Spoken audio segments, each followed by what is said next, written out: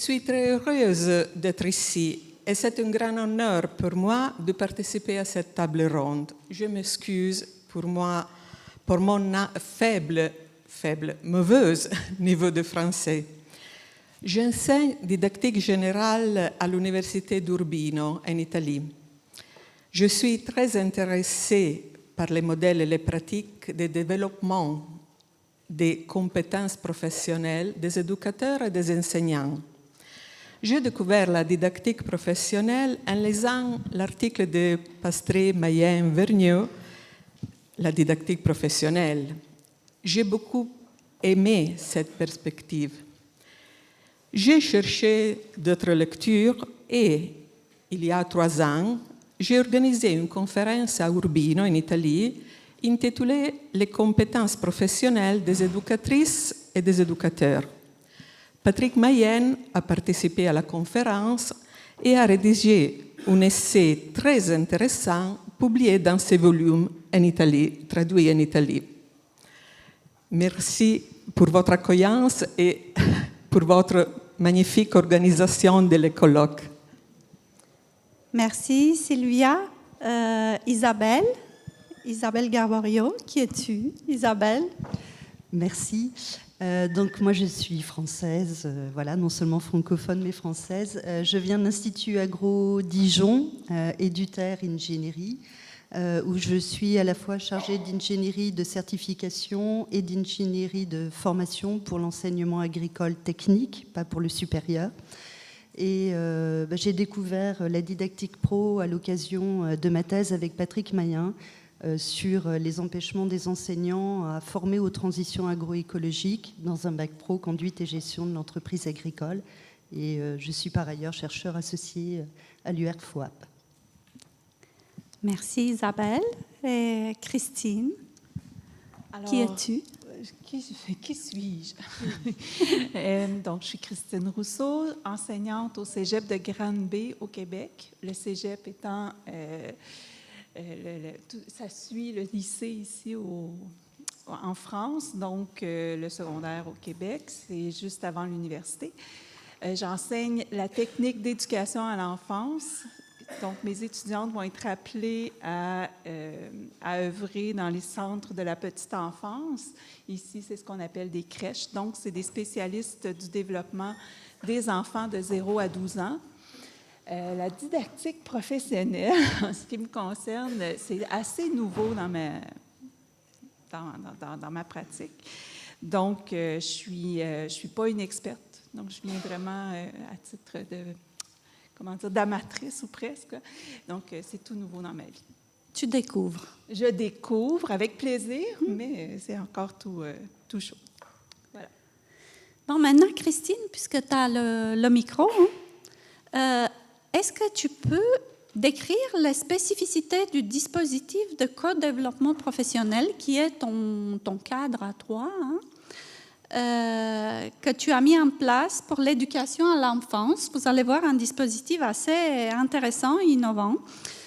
Et ensuite, préciser un peu sur quelle idée conceptuelle repose ce choix pédagogique que tu as fait.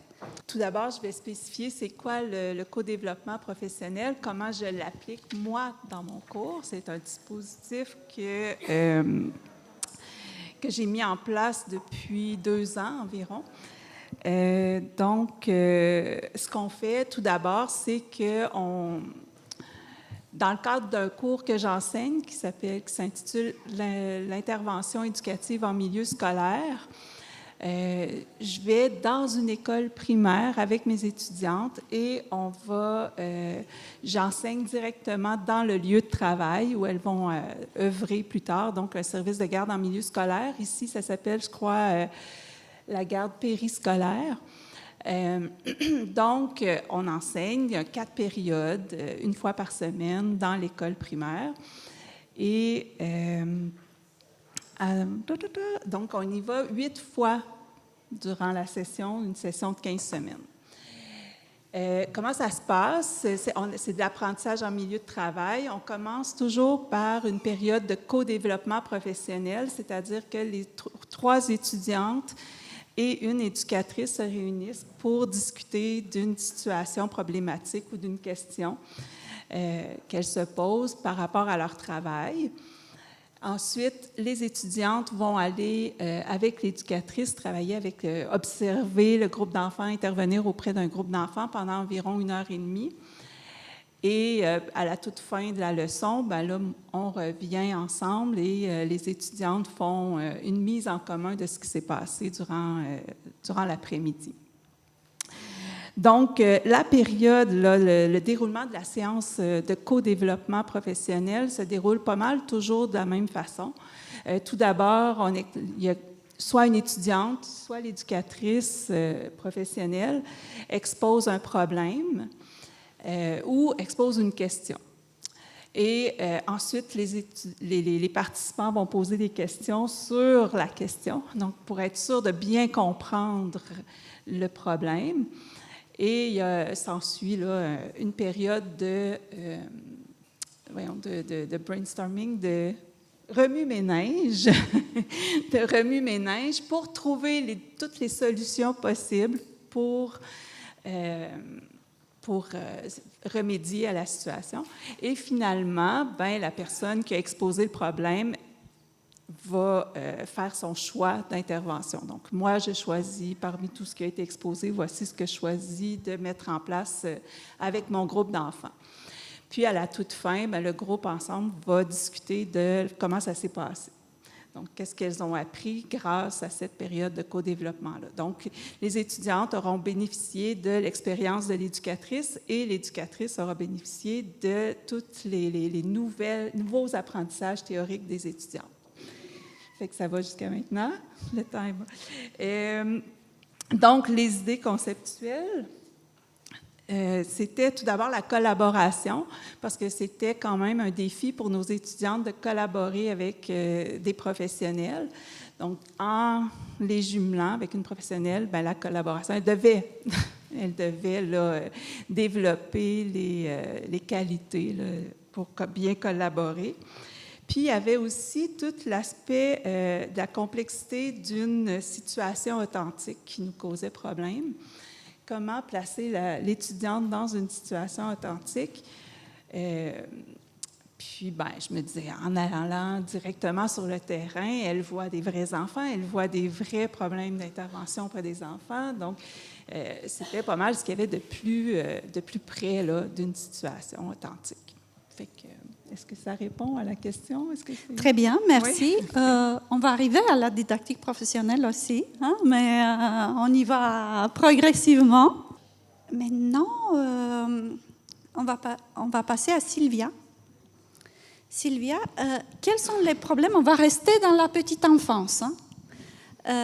Quels sont les problèmes qui se posent dans la formation des éducateurs en Italie? Et comment penses-tu que la didactique professionnelle pourrait y répondre? Ne serait-ce que de manière théorique, si ce n'est pas encore fait.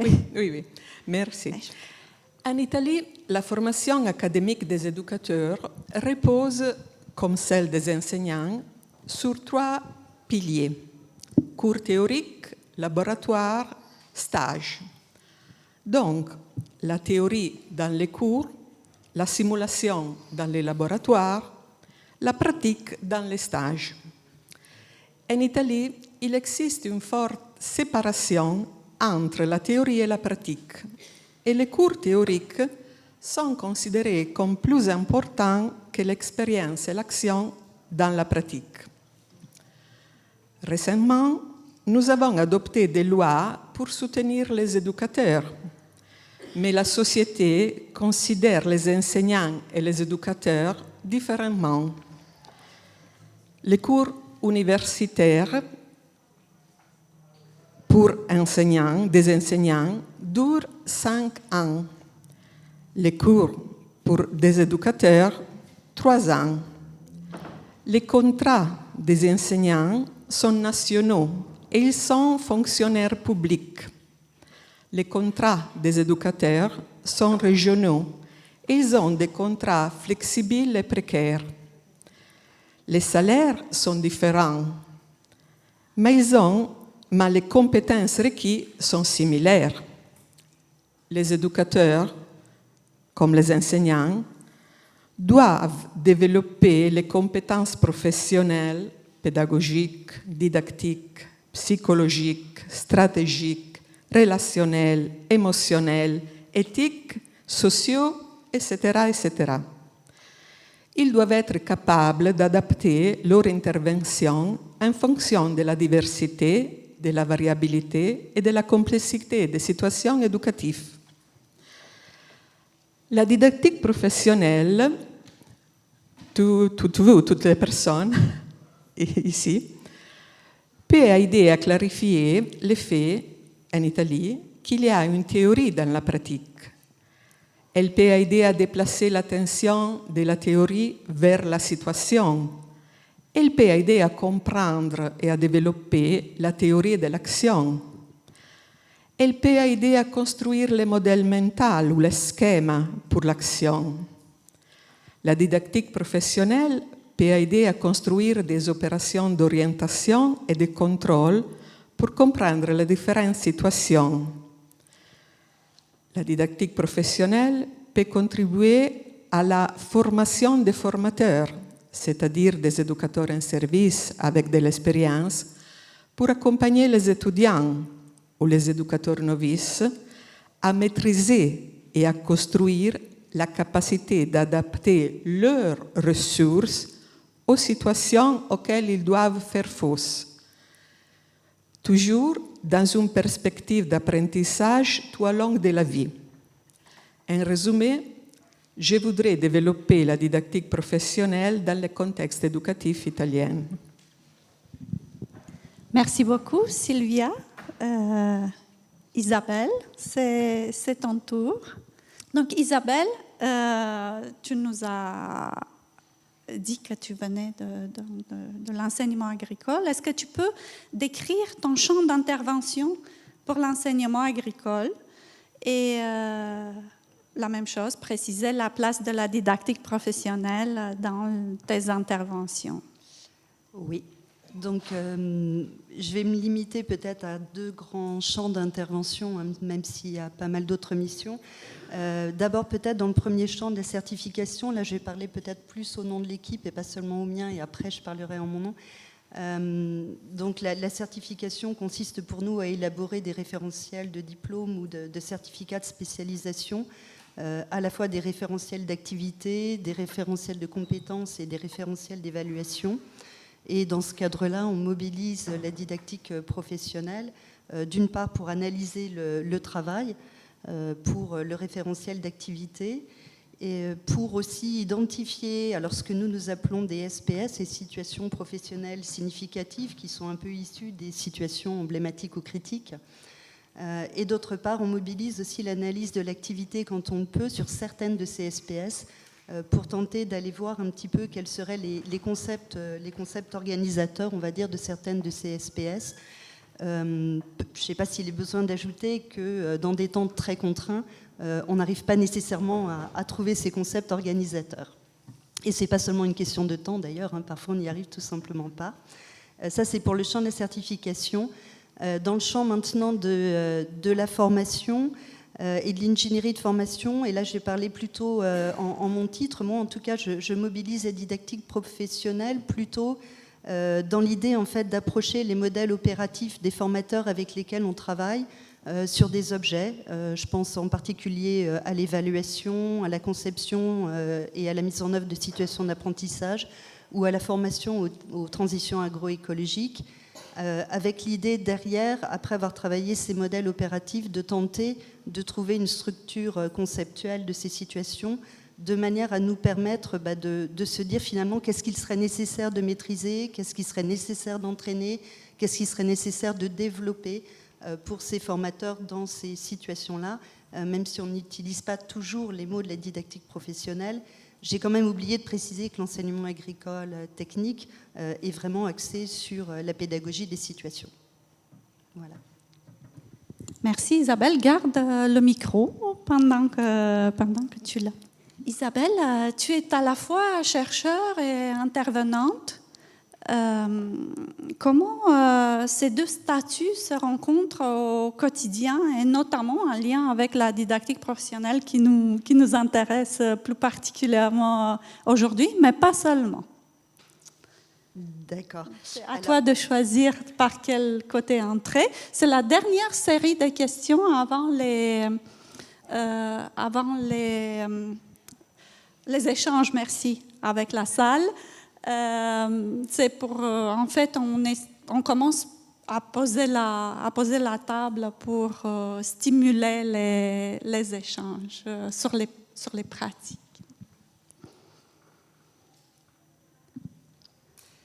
Alors peut-être avant d'aborder ta question, préciser que moi j'ai plutôt l'impression d'avoir une pratique d'accompagnement, intervention, recherche qui vise à la fois, on va dire, la formation des formateurs, la transformation éventuelle de leurs pratiques et puis la production de connaissances en fait sur leurs pratiques plutôt que de la recherche-intervention en tant que telle qui vise plus sans doute la production de connaissances. Donc ça me semble important de le dire avant d'aller dedans.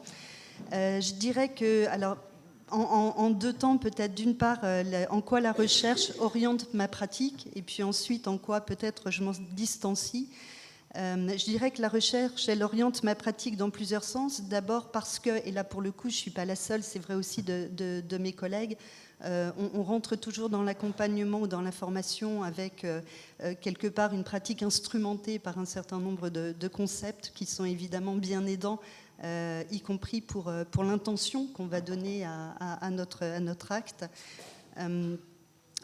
Pour moi, en tout cas, ce qui m'est peut-être particulier, mais j'en sais rien, c'est que j'entre toujours avec une intention d'enquête derrière, l'idée de quelque part tenter d'élucider la pratique des formateurs et de voir finalement quelque part me poser la question des schèmes qui sous-tendent leur action et la manière dont ils répondent aux prescrits qui leur est donné.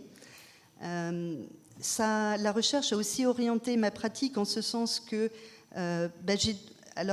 j'ai toujours, moi en tout cas, un souci d'éclairer différents paradigmes dans la formation, leurs tenants et leurs aboutissants. C'est-à-dire que pour moi, il ne s'agit pas seulement d'orienter des formateurs vers ce que nous, on appelle l'approche capacitaire, mais aussi de poser d'autres manières de faire et en quoi ces manières ont été intéressantes et en quoi elles ne répondent plus forcément aujourd'hui aux problèmes qui nous est posé en formation. Et puis sans doute que j'ai une attention plus particulière aux traces et aux matériaux, aux références en fait quand on est en formation et en accompagnement, à ramener ces matériaux-là pour pouvoir m'en resservir. Après, en quoi je me distancie peut-être d'autres pratiques de recherche, c'est que je rentre très peu par mes objets. De fait, je rentre plutôt par les préoccupations qui sont les préoccupations des formateurs ou les préoccupations des centres, même si derrière on les retraduit évidemment. Mais en tout cas, c'est vraiment l'entrée par leurs préoccupations sur le terrain. Et puis la deuxième chose, c'est l'importance du lien qu'on a avec eux, c'est-à-dire un travail qui pour moi ne peut pas se faire en extériorité, mais qui est vraiment dans une relation d'attachement et détachement en même temps. Et quand on est dans l'accompagnement, nécessairement, enfin pour moi en tout cas, on doit créer ce lien avec les formateurs stagiaires avec lesquels on travaille. Ce qui ne veut pas dire que dans la recherche, ça ne se fait pas, mais en tout cas, c'est peut-être quand même une particularité, une préoccupation plus importante voilà, de l'accompagnement. Et puis, en tout cas, moi, je ressens assez souvent le besoin de prendre du recul par rapport à des normes, par rapport à... Alors, je ne sais pas si on peut aller jusqu'à l'idée de dogme, je vais peut-être en fâcher certains, mais voilà, on a souvent un certain nombre de poncifs, c'est-à-dire que travailler en situation, avec des situations authentiques, que ce soit dans l'évaluation ou dans la formation, c'est important. Et du coup, on a tendance parfois à dire que d'autres modalités, par exemple la modalité chantier-école, ne serait pas apprenante parce qu'elle n'est pas totalement authentique. moi, j'ai besoin d'avoir envie, en tout cas, d'aller objectiver ça. Et du coup, je fais coucou aux collègues de FOAP sur les situations intermédiaires et les chantiers écoles pour aller réussir à aller capter peut-être quelques arguments de votre côté. Merci Isabelle. Christine, tu découvres la didactique professionnelle depuis hier matin. Surtout, oui. Mettons, je baigne dedans. Qu'est-ce que tu peux nous dire de ce que tu retiens, au fond, depuis ton arrivée au colloque? Est-ce qu'il y a des relations que tu arrives à voir, à entrevoir avec tes préoccupations, ton cadre d'origine, tout ça? Oui. En fait, la première chose que je retiens, c'est ça fait 20 ans que j'enseigne, donc je pensais, je savais. Alors maintenant, je sais que je ne sais pas. En fait, ce que j'en retiens aussi, puis ce que je vais ramener auprès de mon équipe, c'est l'analyse de la profession. Donc, il y a beaucoup de changements actuellement là, dans la profession d'éducatrice. Il y a des nouvelles tâches là, qui ont été ajoutées dernièrement et on voit là, chez les enseignants en technique d'éducation à l'enfance, il y en a certains qui disent non, on ne va pas l'enseigner, ça ne fonctionne pas. Puis il y en a d'autres qui vont sauter un petit peu trop vite. Ils veulent aller trop rapidement parce qu'il y a une pression pour qu'on l'enseigne demain. Mais je vais peut-être apporter là, des trucs que j'ai entendus cette semaine pour dire attention, on va essayer d'analyser la tâche de manière un petit peu plus approfondie avant de sauter dans cet enseignement-là. Qu'est-ce que je retiens aussi? Il y a aussi, je ne sais pas, c'est un lien que je fais, mais je ne sais pas si c'est bon. Ça se peut que ce ne soit pas bon. Mais en faisant justement le co-développement professionnel avec les étudiantes, j'ai comme l'impression que je permets à mes étudiantes de réfléchir avant d'aller intervenir avec les enfants. Puis, comme elles y vont tout de suite après, là, 5 minutes après avoir terminé leur co-développement, elles sont déjà avec des enfants dans un groupe et ça provoque des réflexions pendant les interventions, donc pendant qu'elles sont dans le travail. Puis, on fait un retour après. Donc, il y a vraiment une réflexion qui se fait là, durant toute la leçon, pendant l'apprentissage en milieu de travail. Je ne sais pas si ça a du bon sens, là. Je suis vraiment néophyte, donc je suis un peu mal à l'aise, j'avoue, d'avoir un micro aujourd'hui. Mais, oui. Merci déjà d'avoir accepté, hein, parce que ce n'est pas facile face à une communauté de prendre la parole. Oui, mais c'est à peu près ce que j'en retiens jusqu'à maintenant, mais c'est sûr et certain que je vais digérer tout ça aussi. Puis, il va y avoir des questions qui vont émerger dans les prochaines journées. Je vais avoir un petit calepin là, près de moi là, pendant tout mon voyage en France pour il y a ça que j'aurais dû dire ça. Mais voilà. Est-ce que tu as l'impression que le repas était un petit peu lourd, que tu as besoin d'une bonne digestion? C'est que je trouvais qu'il était dense, effectivement. C'est un repas assez riche. Fait que à ce moment-là, ça prend plus de temps, là, je pense, à mijoter tout ça, parce que faire des lectures, quand on les fait comme ça, oui, je lisais un petit peu avant là, de venir ici, mais ça va prendre un autre sens maintenant, là, ces lectures-là. Je vais les refaire pour donner un nouveau sens à la didactique professionnelle, ce que j'en pensais, en fait. Fait que, voilà. Tout humblement. Merci. Merci, Christine. Sylvia, concrètement, tu es également venue au colloque pour nouer des relations avec la communauté, avec des chercheurs, avec des praticiens aussi en didactique professionnelle. Il y a le colloque, puis il y a le après. Comment tu vois, comment tu verrais cet après le colloque. Autrement dit, comment faire pour mettre en application ton souhait de développer la didactique professionnelle en Italie, mais pas toute seule, avec les collègues européens et autres, et plus si affinité. Merci, Ottilia. Je voudrais beaucoup de choses. Je voudrais connaître des expériences et des situations de formation d'éducateurs et des enseignants. J'aimerais entrer en contact avec les membres de l'association, chercheurs et praticiens, pour échanger des informations et des références utiles. J'aimerais recevoir des suggestions, des indications et des prépositions pour peut-être résoudre les problèmes énumérés. Je voudrais aussi développer des formes de recherche conjointes et des expériences de co-conception, d'intervention et de formation. Par exemple, je partage un rêve. En Italie, la reconnaissance du rôle et de la professionnalité des éducateurs est récente. Une loi stipule que les éducateurs doivent être titulaires d'un diplôme en sciences de l'éducation, mais aucun registre ou ordre professionnel n'a encore été créé. En Italie, nous avons plusieurs associations qui regroupent des éducateurs et des pédagogues en service.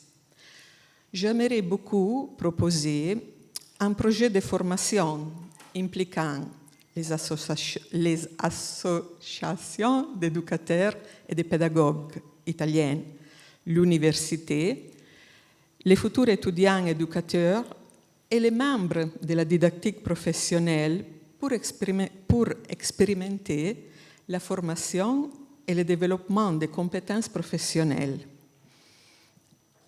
Et aussi beaucoup d'autres choses, toutes celles que vous proposez.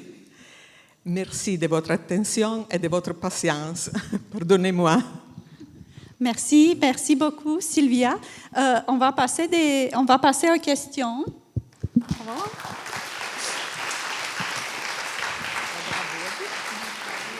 Et on va passer aux questions d'une façon un peu particulière, parce que je viens de l'inventer là tout de suite. Donc personne n'est au courant. Puisque vous vous êtes prêtés au jeu, encore une fois, merci beaucoup. Vous avez la possibilité, si vous le souhaitez, de commencer par poser une question, soit entre vous, en fonction de ce que vous avez entendu, soit à quelqu'un qui est présent dans la salle. Si ça vous tente. Je vous ai pris un peu par surprise, je m'excuse, mais je me disais que je vous dois bien ça. Non, ça va? J'en vois pas, je suis désolée. Vas-y, Isabelle. Oui, quelque chose qui nous tarabuste, nous, et je renvoie cette question. Donc, comme je vous le disais, on travaille sur des référentiels d'activité, de compétences et d'évaluation, et on sent que de plus en plus, on nous amène sur des référentiels de formation. Donc, on réfléchit à comment on peut y aller en n'étant absolument pas dans le programme, dans ce qui ressemblerait à un programme. Voilà, s'il y a des gens qui souhaitent travailler avec nous sur ce que pourrait être un référentiel de formation qui soit malgré tout issu de l'ADP, bienvenue pour jouer avec l'équipe, parce que là, c'est vraiment un défi qui nous préoccupe. Merci, Isabelle. Quelqu'un veut intervenir par rapport à ça? Non? Pas le temps? Non, toujours pas. C'est tout bon. Merci beaucoup. On va enchaîner avec les questions par la salle.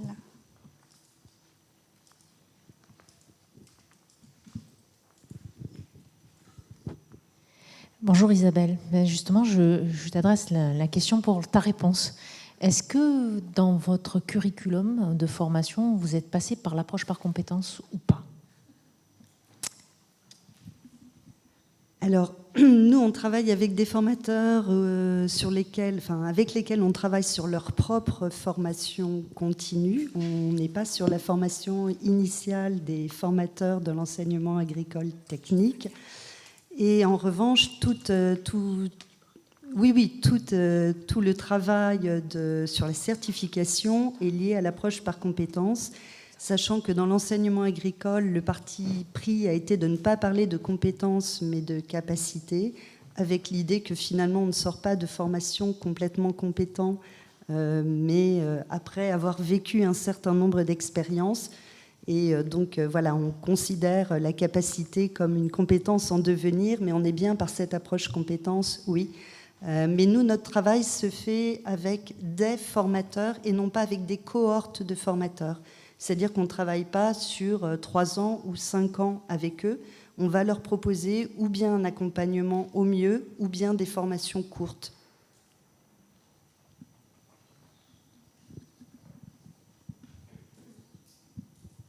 Les praticiens dans la salle, quelque chose à dire? Un vœu? Un souhait? On est un petit peu en fin de journée. Hein. La fatigue se ressent, une journée remplie.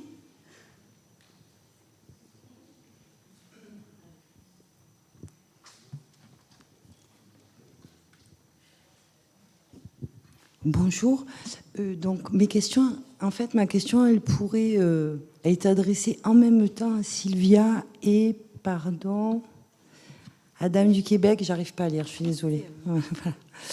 Je me demandais dans toutes vos pensées prospectives sur ce que vous allez en faire, est-ce que vous pensez travailler quelque chose autour de la nature des évaluations? Parce que j'ai pas bien compris, Sylvia, j'ai bien compris que l'enseignement était différencié entre les contenus, entre ce qui était simulé et entre le terrain. Du coup, je sais pas si j'ai bien compris comment se passait l'évaluation, mais par rapport à ce qui s'est fait aujourd'hui, est-ce que vous pensez que l'évaluation, c'est aussi quelque chose à re-questionner pour valoriser cette didactique pro dans la construction de vos parcours de formation?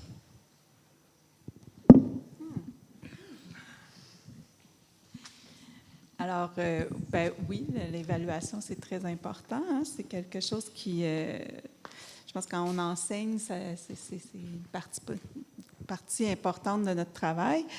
Je vais essayer de faire de l'ordre dans mes idées. En ce qui me concerne, je vais beaucoup évaluer la pratique réflexive de l'étudiante. Donc, comment elle fait un retour sur ses actions, puis qu'est-ce qu'elle voit qu'elle devra corriger pour les prochaines fois. Donc, c'est beaucoup la façon dont j'utilise, mais c'est sûr que ce n'est pas possible dans tous les cours qui sont donnés dans notre formation. Donc, il y a des fois où ça va être des mises en situation, des trucs comme ça, mais dans le cadre là, du cours dont je vous ai parlé aujourd'hui, j'y vais beaucoup plus par la pratique réflexive de l'étudiante, puis c'est ce que je vais évaluer à la fin de la session. Je ne sais pas si, est-ce que ça répond à votre question? Oui? OK. Merci, vous avez posé une belle question, très difficile. Je peux dire qu'en Italie, les modèles d'évaluation des étudiants dans les stages si repose sur 2 valutations. La valutazione des tutor accademico universitario qui esprime une valutation pour une relation écrite sur les stages. Aussi, il y a une valutation des tutors du centre, du service éducatif, un service dans le service, qui exprime une valutation sur des components métacognitifs, sur l'intérêt démontré, sur impegno, je ne connais les mots, impegno, engagement sur les intérêts, engagement sur les participations et sur la capacité d'utiliser les connaissances pédagogiques didactiques dans les contextes.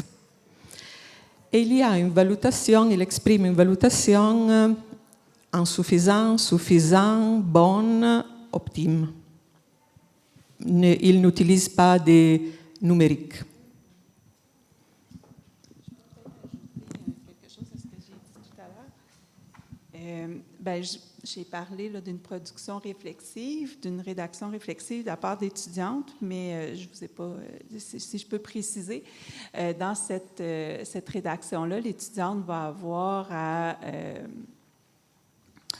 exposer ses compétences, là où elle se sent compétente, là où elle se sent moins compétente, mais aussi ses affects, comment elle se sent dans telle situation et pourquoi elle se sent comme ça. Donc, elle devra analyser un petit peu, elle, comment elle se sent par rapport à un enfant qui la confronte, par exemple.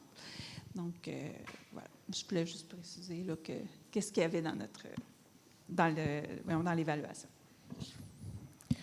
J'ai une question donc, pour notre collègue italienne. Donc, je suis au milieu. Vous avez parlé de 3 moyens pour former donc, ceux qui s'occupent de la petite enfance. Vous avez parlé notamment des laboratoires et vous dites dans les laboratoires que vous utilisez de la simulation. Et donc, comment vous construisez vos scénarios de simulation? Est-ce que vous appuyez sur la didactique professionnelle ou est-ce que vous utilisez d'autres outils pour construire donc, vos scénarios? Excusez-moi, on peut répéter doucement? Oui, je n'ai pas compris. Je suis désolé. Je suis désolée. La question concerne le laboratoire, les laboratoires. Okay. Oui. Vous avez dit qu'en laboratoire, vous faites de la simulation. Oui. Et ma question, c'est comment créez-vous les scénarios ou les scénarios pour simuler de l'activité professionnelle? Alors, j'ai compris. Alors, en Italie, dans mon université, mais aussi dans les autres, les laboratoires sont gérés par des personnes expertes dans la situation. Mais ils se trouvent dans l'université. Il y a une structure de ce type, les banques, les sièges, les banques fermées. Et il y a des laboratoires qui durent 4 heures, 5 heures. Et ils proposent généralement une vidéo, une proposition, un cas d'analyser. Et il explique la structure et il pose aux étudiants, subdivisés par groupe, par petits groupes, des activités qui doivent leur consentir de simuler la situation, projeter et prouver à simuler l'activité de l'éducateur. C'est une simulation. Et il est, pour moi, loin de la situation éducative. Ok, merci.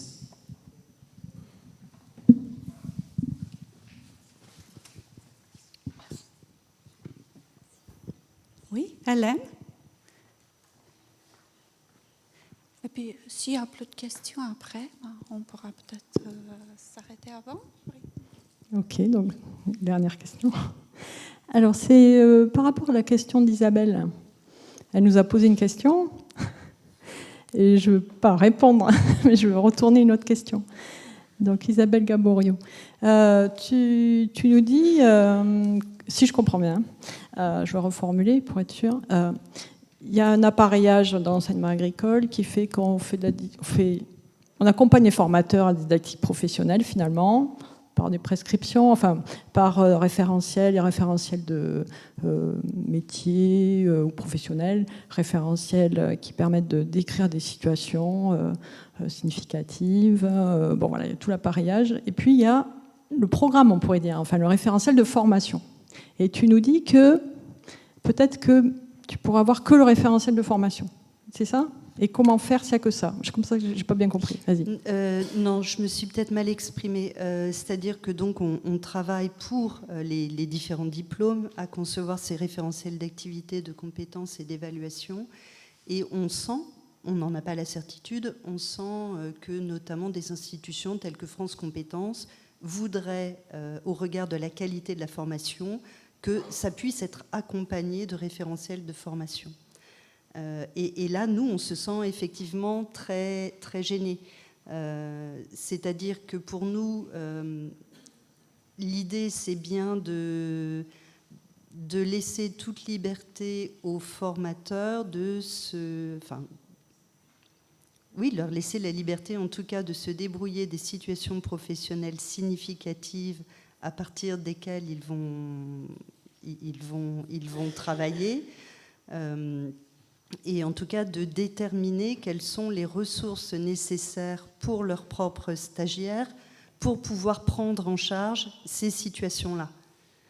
Juste pour être clair, parce que je me suis un peu, par rapport à ceux qui ne connaissent pas l'enseignement agricole technique et notamment le dispositif qui est le nôtre en formation continue et par apprentissage, on travaille dans des unités capitalisables avec l'idée que c'est l'évaluation qui tire la formation. C'est-à-dire que ce sont aux formateurs, en fait, d'élaborer des situations d'évaluation qui sont données en amont de la formation aux stagiaires ou aux apprentis. Et puis ensuite, la formation vise à entraîner et développer les capacités en lien avec la situation d'évaluation pour pouvoir prendre en charge ce type d'évaluation. Là-dedans, si on imagine mettre un référentiel de formation, on ne voit pas trop ce qu'on va faire. C'est-à-dire que nous, notre travail, on le considère plutôt comme accompagner les formateurs, les outiller pour qu'ils puissent se débrouiller de la formation et des situations d'apprentissage. Mais il ne s'agit en aucun cas pour nous de prescrire de la formation, c'est-à-dire de prescrire des savoirs, qu'ils soient d'origine académique, professionnelle, voilà. Et d'autant que quand je parlais tout à l'heure des concepts organisateurs, on n'a pas nécessairement la possibilité, nous, d'aller identifier les concepts organisateurs de chacune des tâches, dans chacun des diplômes et dans chaque certificat de spécialisation. Et donc, c'est quelque chose qui, pour nous paraît contre-productif et aller contre ce qu'on essaye de faire. Pour nous, l'objectif, ce serait plutôt d'outiller les formateurs pour qu'ils prennent en charge une formation qui s'appuie sur les situations de travail et pas de prescrire on ne sait quoi aux formateurs. Et là, on voit bien qu'on est très embêté, quoi. Alors c'est peut-être le on ne sait quoi qu'il faut arriver à mettre sur papier pour contourner un peu la difficulté. Parce qu'au final, quand même, la didactique professionnelle, c'est quand même, il y a des enjeux de savoir, donc voilà, on ne peut pas effectivement les spécifier, surtout l'enseignement agricole, il y a des situations très différentes. Mais voilà, ça m'interpelle ta question. À suivre. Ça nous interpelle aussi, et puis d'autant que oui, bien sûr que dans la didactique professionnelle, il y a des questions de savoir, on est bien d'accord. Après, on va dire que sur une année civile ou une année scolaire, on est dans l'ordre de 8 diplômes ou certificats de spécialisation à élaborer. Donc vous imaginez le nombre de tâches qu'il y a là-dedans et donc la masse de travail colossale si on voulait aller chercher l'ensemble des savoirs qui seraient nécessaires, quoi. Donc prendre appui sur quelques-uns, c'est possible, mais aller sur l'exhaustivité, mais oui, sans doute qu'il faudra prendre ça comme tu le dis, c'est-à-dire aller sur le je ne sais quoi. Je voudrais apporter un élément sur le je ne sais quoi. Claire Fauvadel, je suis directrice d'un organisme de formation. Je pense que sur l'évolution des organismes de formation sur les 20 dernières années, on a eu sans aucun doute une complexification de l'écosystème de la formation avec un impact sur l'organisation du travail et une division du travail dans les organismes de formation où on a séparé les concepteurs de formation des formateurs qui font le face-à-face pédagogique. Et je pense que la demande qui émerge pour vous, elle est symptomatique en fait d'un état du champ de la formation où aujourd'hui on a un trou dans la raquette dans l'ingénierie de formation. Alors on s'y amuse bien dans l'ingénierie pédagogique et tout le monde trouve tout l'outillage qu'il faut pour s'en dépatouiller. Sur l'ingénierie de formation, aujourd'hui, nos organisations de travail dans les organismes de formation ne permettent pas d'empoigner cet objet. Et là, je fais le lien, il me semble, avec une question aux chercheurs, comment la didactique professionnelle vient en fait être un appui, être un moyen de l'ingénierie de formation. Et là, je trouve qu'on a aujourd'hui plutôt des mondes séparés que des mondes connectés.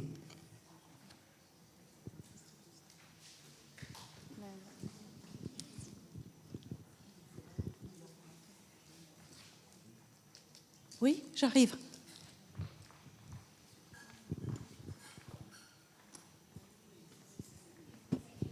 Bonjour, alors je vais essayer de répondre aussi à ma manière. 20 ans de responsabilité d'un master en ingénierie, conseil en formation, je pense que je suis quand même un peu dotée de réponses. L'enjeu aujourd'hui, c'est le financement de la formation. Et pour qu'une formation soit financée, il faut pouvoir faire ce que dit la loi. La loi parle de traçabilité des apprentissages. Alors, le référentiel de formation, c'est pouvoir mettre par écrit ce qui va rentrer dans cette logique de l'apprentissage liée à tel ou tel diplôme. Donc c'est vrai que les ingénieurs, pourquoi on les appelle les ingénieurs ? Parce qu'ils ont une compétence vraiment particulière, ça va être celle de répondre à ce système de formation dans lequel il y a les formateurs. C'est-à-dire qu'un bon ingénieur formation, si vous regardez les référentiels en ingénierie de formation, en général, il y a une UE qui correspond au métier de formateur. Mais ce qui m'interroge depuis le démarrage de ces 3 jours, c'est qu'on parle beaucoup de formateurs, mais en fait, qui est le formateur ? Et là, on va avoir 50 réponses différentes, parce que selon l'organisme où on se situe, le formateur ne joue pas le même rôle. Alors, un formateur officiellement, c'est licence 3, en France, en tout cas. Donc, en licence 3, on ne peut pas répondre, par exemple, à Calliope, parce qu'on n'a pas... dans nos programmes de formation, les compétences attendues pour monter l'ingénierie de formation. Mais on sort d'un symposium où on a vu le lien entre l'ingénierie et la didactique. Et notamment, on parlait des scénarios de simulation. Bien, là aussi, c'est une autre question, mais comment on va être capable de mettre en place des scénarios pédagogiques dans une vision didactique professionnelle, mais qu'on va qualifier, parce que c'est à la mode, plutôt ingénierie de formation. Donc en fait, je trouve que ce n'est pas à opposer, mais c'est remettre la question de qui est le formateur et qu'est-ce qu'il sait faire en lien avec l'évolution des métiers. Et c'est vrai que l'ingénierie de formation, c'est les années 80. Donc c'est un métier en émergence. Là-dessus, c'est rajouter encore un nouveau métier. Bon, façon de parler, mais l'ingénieur pédagogique. Alors, par exemple, nos débats aujourd'hui, c'est le formateur, il est ingénieur pédagogique ou il est ingénieur formation ? Ou finalement, c'est encore autre chose. Donc, la question que vous posez renvoie à la question des compétences. Et les compétences du formateur, jusqu'où on les fait aller. S'il fait de l'ingénierie, dans le milieu, on ne va plus l'appeler formateur. On va l'appeler ingénieur de formation. Et donc, je trouve que la question que vous posez, c'est les compétences et le développement de compétences des formateurs aujourd'hui. Parce que la loi s'est tellement complexifiée que pour répondre à tous les attendus, il faut vraiment développer de nouvelles compétences. Je n'ai pas trop répondu, mais on en est là. Oui, sur le développement des compétences, on est clairement là-dessus. On sait que tous les formateurs ont plusieurs casquettes. Certains sont plutôt chargés de développement, de formation, etc. On est d'accord. Aujourd'hui, Ce que regarde France Compétences, c'est la qualité de la formation en termes de moyens qui sont donnés. Donc effectivement, nous, on a un référentiel Califormagri qui est le même que Calliope, amélioré pour l'enseignement agricole. Voilà, donc tout ça, oui, simplement, ça arrive derrière et ça n'arrive pas en amont par rapport à la problématique qu'on a. Mais oui, je suis d'accord, il faut aussi travailler au développement des compétences sur différents rôles et différentes missions en fait, que peuvent avoir les formateurs ou ingénieurs de formation de développement.